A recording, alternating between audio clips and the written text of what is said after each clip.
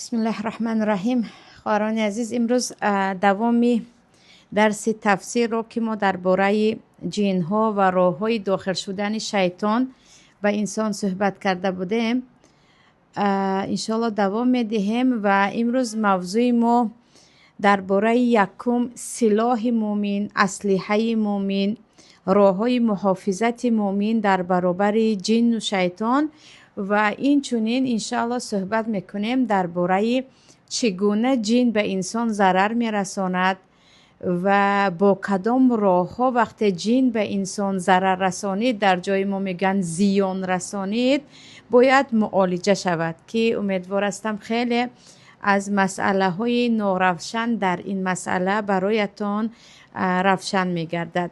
اولا چگونه که پیشتر هم گفته بودیم، شیطان از دشمن انسان است که از آفرینش حضرت آدم شروع کرد دشمنی را و پیروان شیطان که از جن هستند، یعنی از جنهای غیر مسلمان و فاسق، هدفشان اساساً ضرر رسانیدن و گمراه کردن مسلمان ها هستند و آنهایی که خود گمراه هستند و خود در این دنیا از شیطان هم فرق نمیکنن، آنها رو به حالشان میگذارن، چون الکی آنها لشکری آنها هستند، ولی به مؤمن به 1001 در و دروازه هجوم میکنن که دربارش گفته گذشته.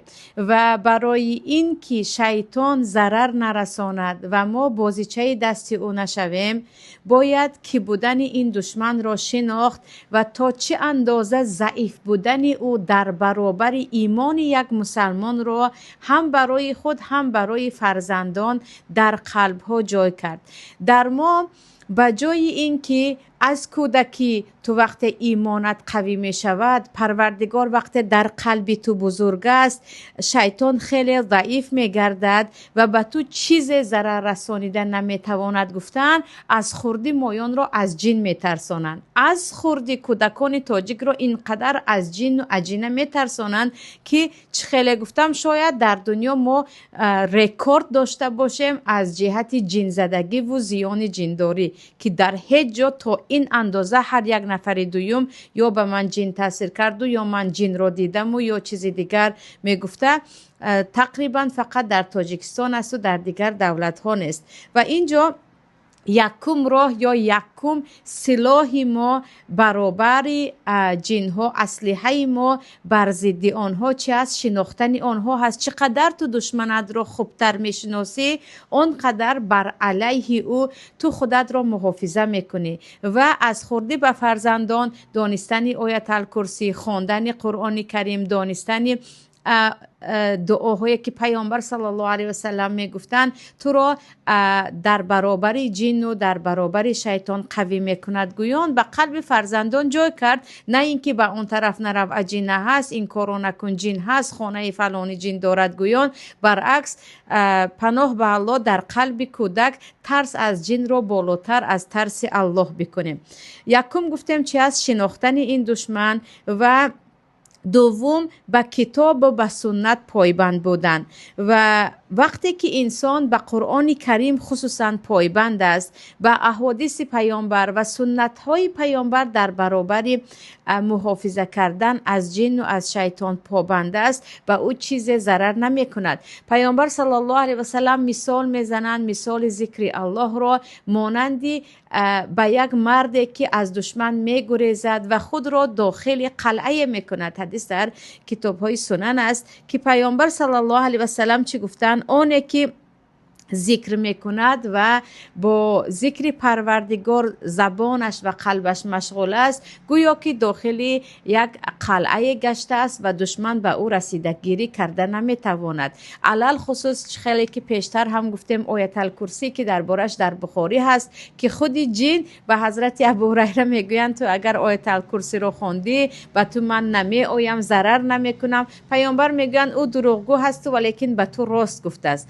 دانستن آیت الکرسی، دانستن سوره فاتحه، یعنی با تلفظ خوبش با معناهایش فرزندان را هم خود ما را نگه می‌دارد و به جای از پی آموزانیدن آیت الکرسی و دعاها شدن چه خیلی گفتم جای کردن ترس جن را اکثریت مادرها اولاتر می‌دانند. چیزی دیگر التجا به الله هست. یعنی وقتی که پروردگار در سوره اعراف میگوید و اما ینزغنک من الشیطان نزغ فاستعذ بالله انه سمیع علیم، وقتی به تو شیطان ضرر رسانید به پروردگار به پناه ببر. پروردگار شنوا و دانا است. در کدام حالت نباشی تو را میشنود، در کدام حالت نباشی از احوال تو با خبر است. به جای این که فکر کنیم به نزدیکی روم و چیکار کنم گویان این طرف و اون طرف خود را بزنیم، به الله پناه ببریم. چگونه که تمام مخلوقات در زیر جبروت و در زیر سلطنت پروردگار یگانه هست،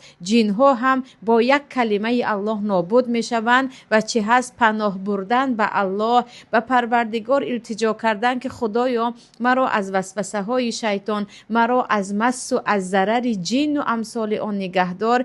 پروردگار شما را نگاه می دارد. چگونه که پیامبر صلی الله علیه و سلم از دعاهایشان بود که همیشه اعوذ بالله من السمیع العلیم من الشیطان الرجیم گویان چی میکردن؟ دعا میکردن. و این چونین دعا در وقت داخل شدن به حاجتخانه یا هر جایی که چرکنی است. خیلی گفتیم بعضی از جنها خصوصا جنهای پلیده که طبیعتشان دیگر چرکین است، در جایهایی که پرتاب زیاد است، نجاست زیاد است بسیار می ایستند. و پیامبر صلی الله علیه و سلم حتی اوغل یا جایی که در آنجا شتر میبندن آنجا رو هم از مکان شیطان و جن گفته بودن. برای همین هر جایی که گذشتید که گفتید آنجا چه هست، یگان پرتاب است، چیزی چرکینی هست، نجاست است، حتما باید دعا خوان به پروردگار پناه برد. چگونه که پیامبر صلی الله علیه و سلم در وقتی به حاجت خانه در آمدن اعوذ بالله من الخبث والخبائث میگویند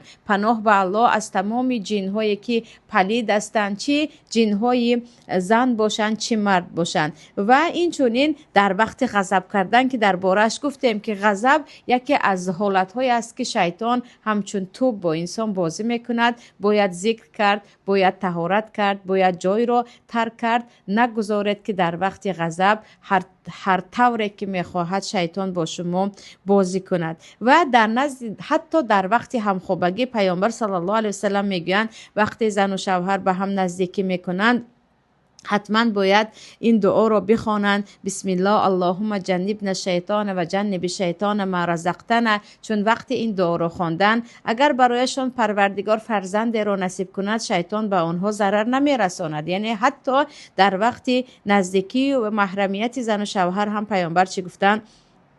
دعا خوانید. و این چونین در وقتی شنیدن صدای خر که پیامبر میگویند وقتی شما صدای خر را شنیدید، بانگ بیزه که از خر می براید، تعوذ بالله من الشیطان الرجیم، شما پناه ببرید به پروردگار از شر شیطان الرجیم. و درباره قرآن هم گفتیم که برکت قرآن، آنهایی که از ته دل کلام پروردگار را میخوانند، در آیت‌های عذاب از الله از آن عذاب پناه میبرند، در آیت‌های جنت از الله جنت میپرسند، آیت‌هایی که درباره رحمت و مغفرت پروردگار است تفکر میکنند و بزرگی الله در قلبشان جای میشود، ان شاء الله شیطان به آنها یا جن به آنها ضرر نمیرساند. و این چونین پیامبر صلی الله علیه و سلم حسن و حسین نبیره های خود را اعیذکما بکلمات الله التامه من کل شیطان و همه و من کل عین لامه گفته دعا میکردن. یعنی برای فرزندان دعا کردن هم که به پروردگار طلب میکنم یا پناه میبرم به پروردگار که شمایان را نجات دهد از تمام شیطان های ضرر رسان، از تمام وسوسه های انس و جن. گویان به فرزندان دعا کردن هم ان شاء الله فرزندان را هم نگه می دارد از جن و از شیطان. و بهترین دعا در اینجا سوره ناس و فلق است که حتما مادرانی که از زیاد کسل شوی یا به سبب گریانچک شدن فرزندان شکایت میکنند، صبح و شام برای کودکاتان، برای مرد و زن فرق ندارد، هر مادر میتواند سوره ناس و سوره فلق را بخواند. و این چی بود؟ این بعض راه ها بود، راه های نگاه داشتن خود از جن و از شیطان و آنهایی که همیشه و همیشه با ذکر الله زبانشان مشغول است و قلب آنها هم همیشه با ذکر الله مشغول است و بزرگی الله را بزرگتر از همه چیز می دانند و یقین دارند که پروردگار قدرتش تمام بنده هایش را احاطه می کند، چیزی به آنها ضرر رسانیده نمی تواند. برای همین از اینکه فکر خود را، قلب خود را مشغول سازیم، زبان خود را مشغول سازیم با چیزهایی که به ما هیچ ضرر و فایده ندارد، بهترش این است که با یاد الله باشیم. وقتی با یاد الله هستید، این همه زیان و ضررهایی که در اطراف است، خداوند از همه آن شما را حامی میگردد. و یک چیز عجیبه که خواهران عزیز در رفت همین درس برای من هم یعنی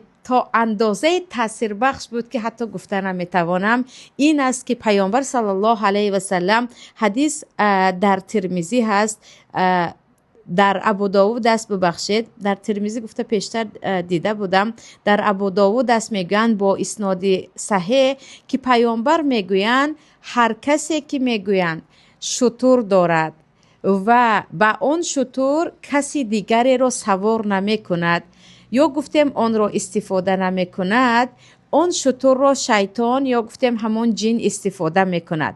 و میگویند خانه های هم هست که وقتی من آن را هنوز ندیدم میگویند، اما آن خانه های شیطان است.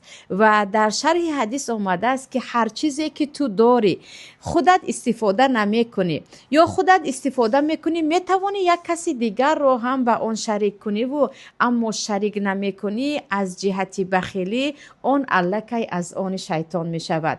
و برای این چی خانه های باشد که کهنه در جای ایستادند و به کسی نمی دهید که در آنجا زندگی کند و استفاده کند و خود هم زندگی نمی کنید. ماشینی که در یک جا پر از چنگ و غبار است یا در عقب جای هست و کسی را سوار نمی کنید. لباس هایی که در صندوق و در جیوان ها به نیت روز فردا جمع کرده ماندید و فردا می آید یا نه این را الله می داند، همش در استفاده شیطان می شود. و خطر این مسئله رو ببینید که شما برای دشمن خود جای خواب مهیا میکنید، دیگ و طبق مهیا میکنید و حتی از ماشین و از تخت خواب مهیا میکنید. از این حدیث میبراید که انسان برای خود از لوازمات یا چیزهایی در کاری، چی لباس باشد، چی چیزهای خانه باشد، چی چیز دیگر باشد، اندازه‌ای که آن را استفاده میکند باید بخرد. از آن زیادش چی میشود؟ در دست شیطان میشود، در دست جن ها میشود. و وای که بعضی ها 70 سال و 60 سال و 50 سال خانه خود را، بعضی از لباس و لوازم خود را به دست شیطان میدهند. این معنیش این نیست که نباید پسنداز کنی. پول پسنداز کردن بر روز فردا چیزی نیست، یا برای فرزندان، یا اینکه گفتیم خوراکه برای یک سال که قیمت نشود. اما چیزهایی که هم خیلی گرفته موندگی کسی نمی پوشدم، خودتون نمی پوشید. چه خیلی گفتم خانه ای که نه خودتون زندگی میکنید نه به کسی میدهید، ماشینی که نه سوار میشوید نه به کسی میدهید، یا خود سوار میشوید 6-7 جای خالی میماند. پیامبر صلی الله علیه و سلم چی گفتن؟ اون از شیطان است، اون را شیطان استفاده میکند که به این مسئله باید جدی فکر کرد. چیزی دیگر شتابکاری هست که پیامبر صلی الله علیه و سلم چی میگن؟ شتابکاری هم از طرف شیطان است و با آرامانه به قرار آمدن از طرف پروردگار است. نباید مؤمن به شتاب دست زند. اکثریت غلط و خطاگی های جدی ما چی مادی و چی معنوی باشد از همان قرارهایی هست که ما شتاب آن را گرفته بودیم. این چونین درباره تسعو پیامبر میگویند خمیازه کشی که دهان را کلان گشاده خمیازه میکشند، میگویند وقت از شیطان است و وقتی که شما خمیازتون آمد تا می توانید برگردانید. اگر برگردانیده نتوانستید، در اینجا با دستتون دهان را پوشید. و علل خصوص در نماز وقتی که شما خمیازه میکشید، شیطان به شما خنده میکند. و عجیب است که بعضی ها ساعتها در نزد موسیقی و در نزد سریال ها میشینند، چیزی از خمیازه در آنها دیده نمی شود. دو کلمه از الله صحبت کردی، یک تا نیم تا حدیث گفتی، دهانشان دیگر باز می شود مثل دروازه بخارا. دیگر چی میگوید؟ شیطان میگوید بالای سری این انسان آنقدر خیلی خوشرو حاکمیت کرده است که وقتی سخن الله را میشنود زود شیطان او را به بازی میاندازد. برای همین به خمیازه اهمیت دهیم. من در بعضی خواهران حجاب پوش مسلمان این را میبینم در مجلس های چه خیلی گفتم گپ های بیهوده این و آن، خیلی خوشرو هوشیار، چشمانشان زنده گوش میکنن. دو کلمه وقتی از قرآن و از سنت شد یا از آخرت شد یا یک چیزی درکاری و لازمی صحبت رفت، یک بار دهانشان به هوا میشود و باز خوابشان هم می آید که وای بر حالتان که در چهره اسلام است و در قلبتان شیطان شما را به دست گرفته است. چیزی دیگر توبه و استغفار است. الله میگوید در سوره اعراف ان الذين اتقوا اذا مسهم طائف من الشیطان تذکروا فاذا هم مبصرون. آنهایی که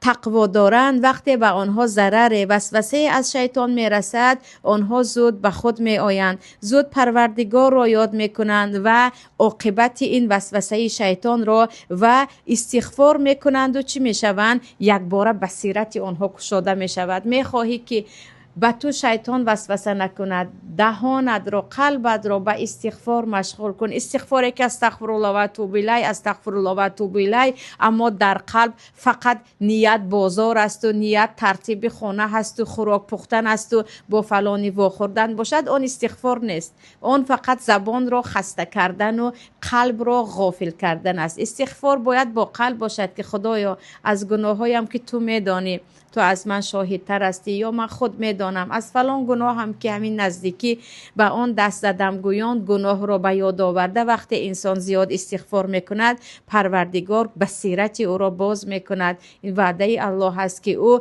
هم به خود و هم به دشمن خود بیناتر میشود. این درباره چی بود؟ درباره بعضی از اسلحه هایی که ما می توانیم بر ضد شیطان و بر ضد جن ها استفاده کنیم. اکنون بیایید درباره جن زدگی کمی صحبت کنیم. چه خیلی گفتم شاید ما رکورد داشته باشیم تاجیکستان از روی جن زدگی یا از روی جن خانه که صفحشون حتی در اینترنت هم به نزدیکی دیدم که برادر جن خانه‌اش رو در یوتیوب میگذارد، جن میخواند در یوتیوب میگذارد و این رو چی میگوید؟ رکلام جن خواندن میگوید یا رکلام کار سوا و والله اعلم این چی هست. از روی عدد شماره جن خانه که صفحشون خیلی زیاد است و آنهایی که هم جن دارن صفحشون زیاد است، ما خیلی از دولتی پیشرفته هستیم. کاش از جهت قرآن خوانیمون زیاد بودن و از جهت معنی کلام الله را دانستن پیش قدم می شدیم و این را همه در یوتیوب می گذاشتن. جن به انسان داخل می شود و جن به انسان بدن انسان را استفاده می برد، دهان انسان را استفاده می برد، دست و پای انسان را استفاده می برد. این در نزد جمهور علما هست. یعنی حالت های می شود که جن مس جن می گویند یا صرع هم می گویند، صرع با عربی وجود دارد که در نزد جمهور علما، یعنی خیلی کم هستند، یک دو عالم هستند که میگن این کارو نمیتواند، اما جمهور علما بر این اتفاق هستند و دربارش حدیث هم است که کمی بعد میخوانیم و حتی آیت سوره بقره رو هم دلیل میگیرن یتخبط الشیطان من المس رو. یعنی در نزد جمهور علما چی است؟ جن به انسان داخل شده میتواند. و برای چی داخل میشود؟ بعضا از روی جنگیش، یعنی از این که جن است و بعضیش تماما چی است؟ مانند انسان های فسادکار فاسق رو میبینید، هیچ کار ندارن، یک نفر رو زده میگذارن، پول یک نفر رو کشیده میگیرن. خصوصا فرم پوش های تاجیکستان بیهوده ایستن، یک ماشین رو میدارند و میگن به من پول بده بعدن میگذاری یا چیزی دیگر. یعنی همین گونه جن های هم هستند. جن های هم هستن که به یگان سبب به انسان ضرر میرسن. از روی چی؟ از روی اوباش بودنشان و گناهگار و فاسق بودنشان. باز یک گروه دیگر جن ها هستن که آنها عاشق یک زن مسلمان یا یک مرد مسلمان میشوند. یعنی عشق دربارهش انشالله من به نزدیکی صحبت کردنی هستم. چیزی اصلا و اصلا خوب نیست. یک شهوت در قلبت یک باره جوش میزند که حتی عقل رو میپوشد و بعضا انسانگری رو میپوشد و تو به یک نفر اینقدر وابسته میشوی که میگوی فقط هدف من به همون انسان رسیدن است. و عجیبش این است که پس از مدت خاموش میشود، دیگر تو اون انسان رو چگونه که پیشتر میخواستی نمیخواهی، دیگر خیلی که پیشتر میخواستی نمیخواهی. و همین گونه بعضی از جنها عاشق یگان زن یا مرد میشوند. و این چونین بعضا میشود که دربارهش ابن تیمیه در مجموع الفتاوا آوردگی هستند. بعضی میشود که به جن بخبر یک مسلمان ضرر میرساند، بخبر. مثلا خصوصا درباره مار گفته گذشته بودیم که بعضی مارهای خانگی جن میشوند، بخبر میکشد یا بالایش آب گرم میریزد یا کاری دیگر کرده به اون ضرر میرساند و او هم بعد از این از پی انتقام و قصاص میشود. از پی چی می شود؟ انتقام و قصاص. پس هدف داخل شدن جن به انسان ها یکی از این سه تا است. یکی از روی اوباشی و از روی فسادکاری که فقط برای اذیت دادن مردم و مسلمان، دویمش از اینکه عشق عاشقی، سومش چی هستند؟ به او بخبر ناخودآگاه ضرر می رساند و او هم برای انتقام داخل انسان ها می شود. و جن به یک نفر در آمده از یک انسان چقدر یک دیوانه و وحشی ساختنش رو من هم شاهد هستم و اکثریت شما هم شاهد هستید که این چیز رو انکار کرده نمی شود. انسان ساق سالم یک بار گپ‌های میزند که به عقل راست میگیرد، یا حتی پدر و مادر خود رو میزند یا شوهر خود رو یا خانه رو میشکند یا چیزهای چی دیگر رو. اکنون اینها همش برای چی است؟ برای یا انتقام یا از روی عشق و عاشقی یا چیز دیگر.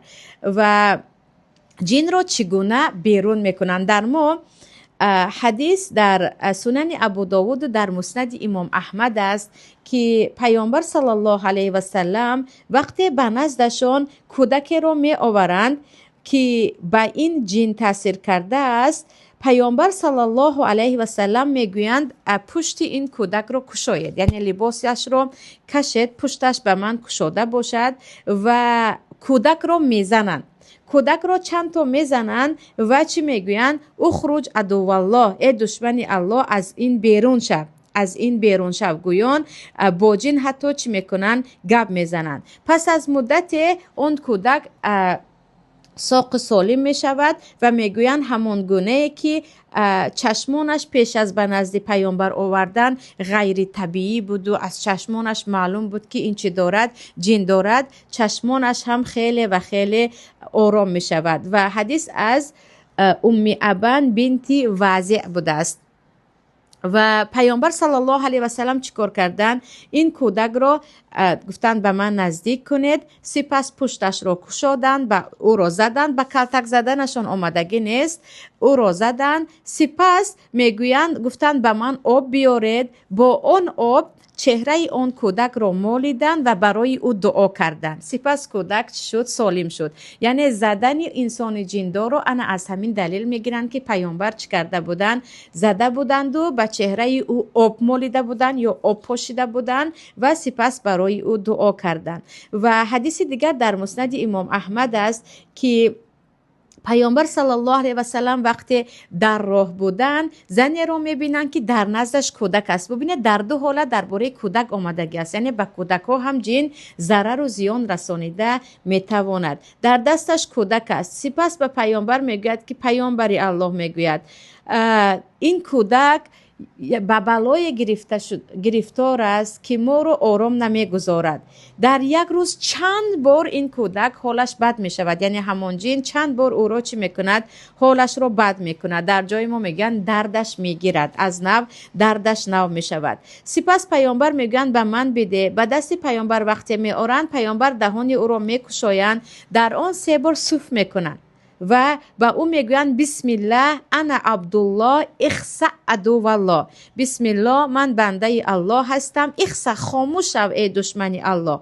سپس کودک را فقط با همین به مادرش میدهند و میگویند وقتی برمیگردیم با ما حتما روبرو شو و به ما بگو که چی شد. پس از مدتی وقتی پیامبر برمیگردن میبینن که زنک همراهی 3 تا گوسفند آنجا ایستاده است و وقتی میپرسند کودکت چی شد، زن میگوید قسم به ذاتی که تو را فرستاده است به حق، ما دیگر هیچ بدی رو حس نمی کنیم و کودک چی است تا امروز آرام است. و میگوید از این 3 گوسفند به تو هدیه آوردم که پیامبر به صحابه ها میگن یک تاش رو بگیرید و دیگرش رو نه.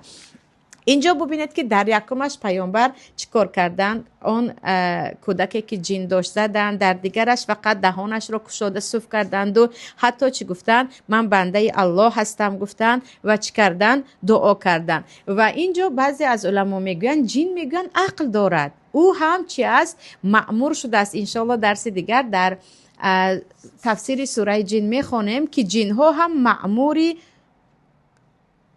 عبادت الله یگانه هستند. برای همین وقتی که به انسان جن ضرر میکند، او که کلا جسم او را، عقل او را استفاده میبرد، انسان جن خون باید اول صحبت کند که از الله بترس، از انسان بیرون شو و او را چی کند، امر به معروف کند و نهی از منکر کند.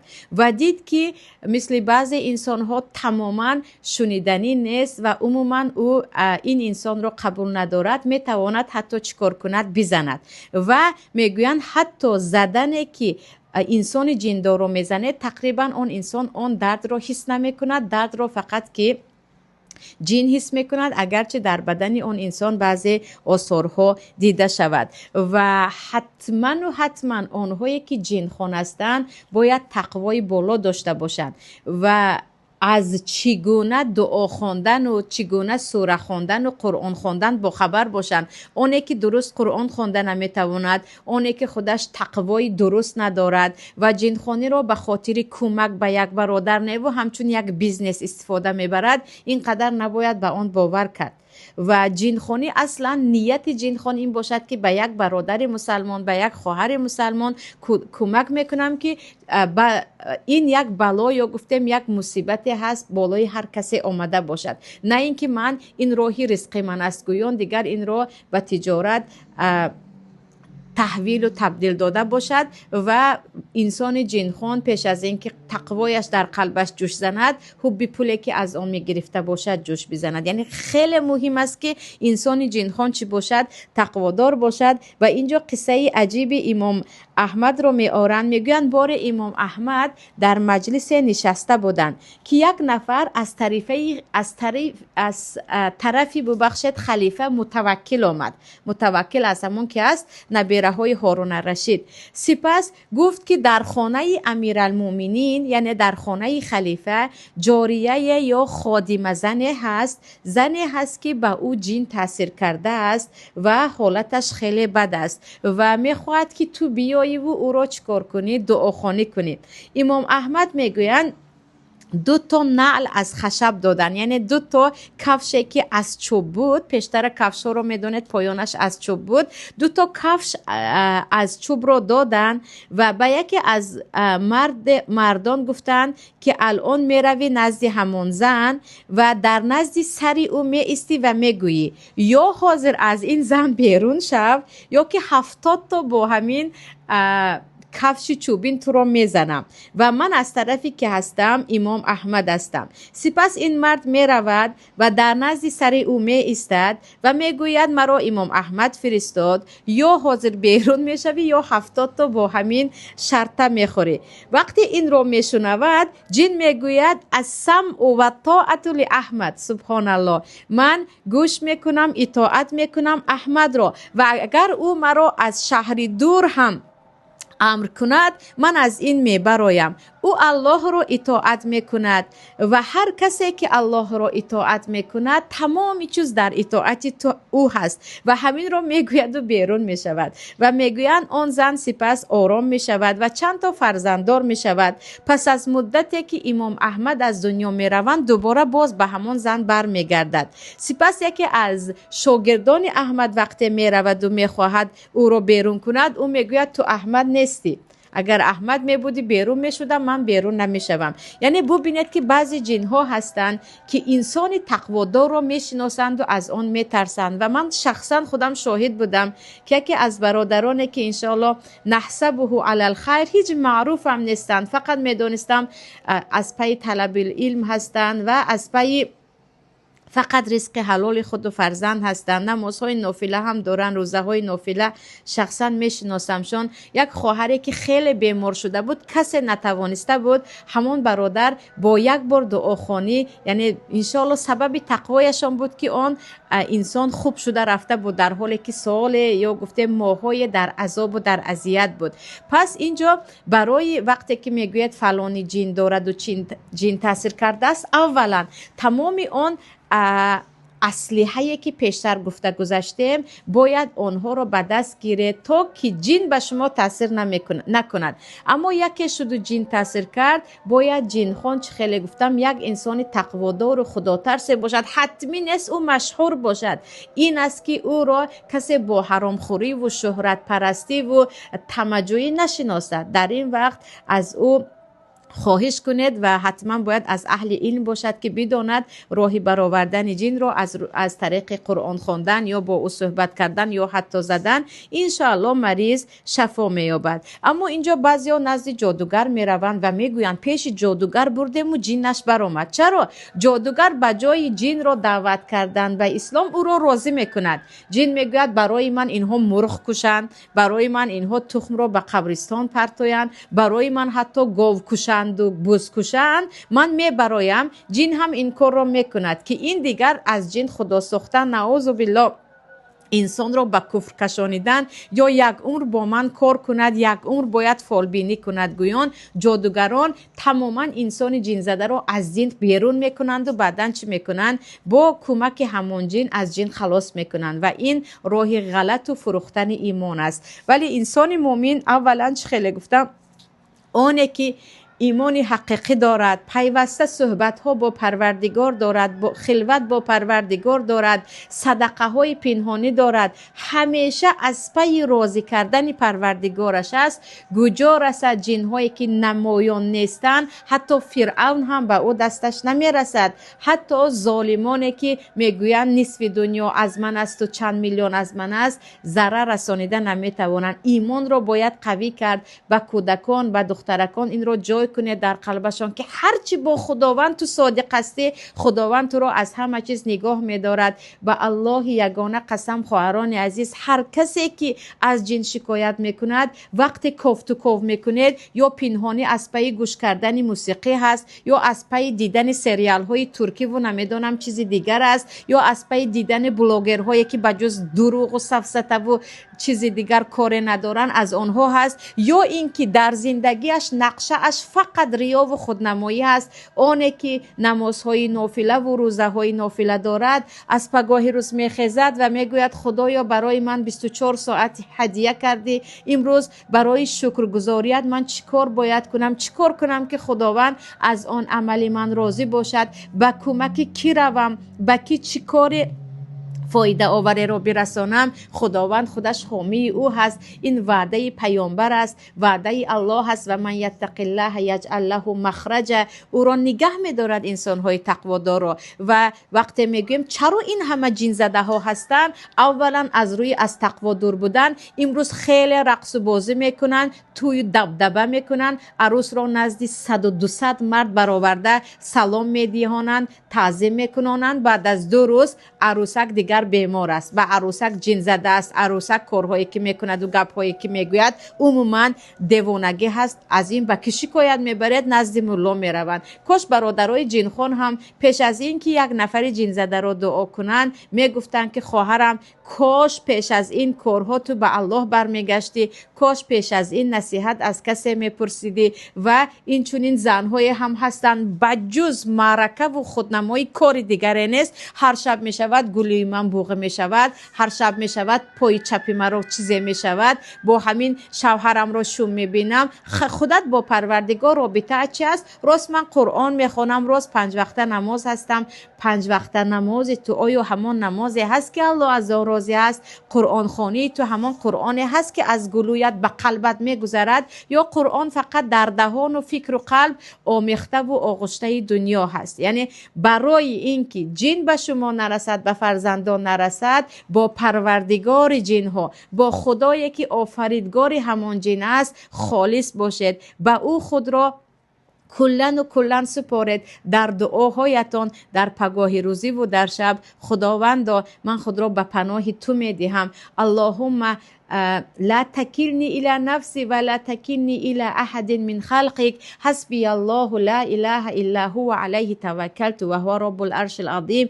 تمام دعاهایی که در آنجا توکل است و خود سپاری هست به الله، اون را بخوانید. بعد یقین بکنید که من خود را به پناه الله دادم، کسی به من ضرر نمی کند. اما چه خیلی گفتم، تمام شب رقاصه و سرود را تماشا میکنی، از این فیلم به آن فیلم میروی، از این نوار به آن نوار. خر گفتیم اینترنت نیست، سویت نیست، فکرت و قلبت فقط از پی ریاکاری و خودنمایی هست. هیچ فکری عمل صالح یا هیچ نقشه و پلن برای عمل صالح نداره. بعدن از این مولا به آن مولا، من جن دارم و من دلتنگ دارم و من دپرسیون دارم و من چیز دیگر دارم گویان دویدن. چی گفتیم؟ اینها همش همانی هست که تو خود را از الله دور کردی و الله هم تو را به حال خودت گذاشته است. این بود خواهران عزیز درس امروزه. الله نصیب کرده باشد با بسم الله هفته دیگر سوره جن را از 1 آیتش میگیریم.